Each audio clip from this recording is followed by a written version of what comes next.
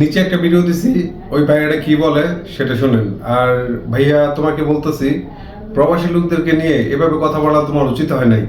কারণ প্রবাসে সবাই স্বপ্ন দেখে, তুমিও স্বপ্ন দেখে কিন্তু প্রবাসে গেছো, তাই বলে সবাইকে এভাবে অপমান করে কখনো কথা বলা উচিত না।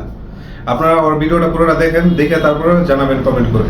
বিদেশ আওয়া আর হাইদ্যে ফুটকি মারা খাওয়া এক সমান কথা। এই যে বাফের অত তার টেহা বাইঙ্গে আইলাম ক্যাশ টেহারি মনে হয় অন্য পাড়ার লজিন্দা দেউন লাগে। হি এতে ফুটকি মারা ভাই আর জগত নাই।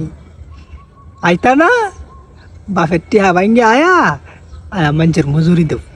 আয়ো ইয়ার লাগিতে কই আরে হালার গোরা হালারা আ বাপুত মিললে বিদেশা আরে আ হালার গোরা হালারা আজবাল আমার লাগে আকিস বিড়ি আইস নাইলে বিদেশে সরায়া ফুটকিতে দম্বা হয়ে গেলাম। গরিবের গরিবরা